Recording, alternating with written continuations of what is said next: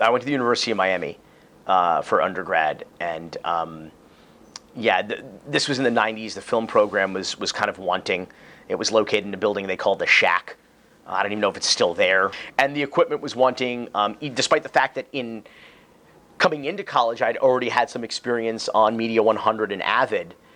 There was no nonlinear editing. We had razor blades and Scotch tape. We had flatbeds that we were editing on, and there was two Avids at the time at the school. One of them was reserved strictly for the broadcasting school, not the film school, film department. There's a difference between a school and a department. I don't know what it's like now, but I could tell you in the 90s it was wanting. It was seriously lacking from a curriculum standpoint, from an equipment standpoint, and I was in that era. I guess fell through the cracks there, and so the second Avid was in a box. And it was for the film department, but no one knew how to set it up. And even if it had been set up, it was only for the graduate students, so it wouldn't have had any benefit to us anyway. So I had to, what I learned from school is that, same thing I think you learn when you go into the world and you get an agent or something like nobody's going to do anything for you. You have to generate all of your opportunities on your own. You have to learn on your own. Even when you're paying tuition, and University of Miami is not... University of Miami is the Harvard of tuition of the South. Let's be perfectly real about this, But even when you're paying them to teach you something, they're still probably not going to provide you the quality of education that you want. But college is what you make of it. So you have to find the good professors, find the good classes if they exist. And what I found was the poli-sci department. This is what I found.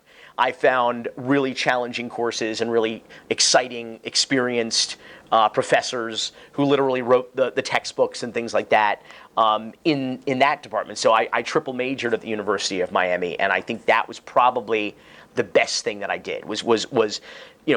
Anything I suppose is what you make of it. But even in college, you have to be a little more proactive if you're going to be challenged and you're going to learn something. They're not just going to hand you the keys to the car. They're just going to hand you the tools that you need to go into whatever profession or even area of study that you're in. You have to go and make it happen for yourself. That's probably the best lesson that I learned. And it's a lot like sports documentaries. I always say the best sports documentaries are the ones that are the least about sports.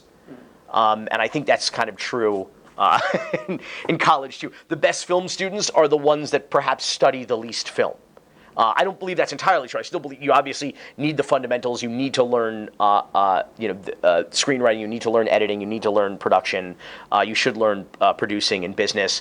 But if you're going to be kind of a truly well-rounded person coming out, and filmmaker and storyteller coming out of college, you got to try to take some of those other courses. For me, my passion was poli-sci, the Constitution, the law, outside of storytelling and filmmaking. So I pursued those opportunities at UM as long as I was there on a scholarship. Why not?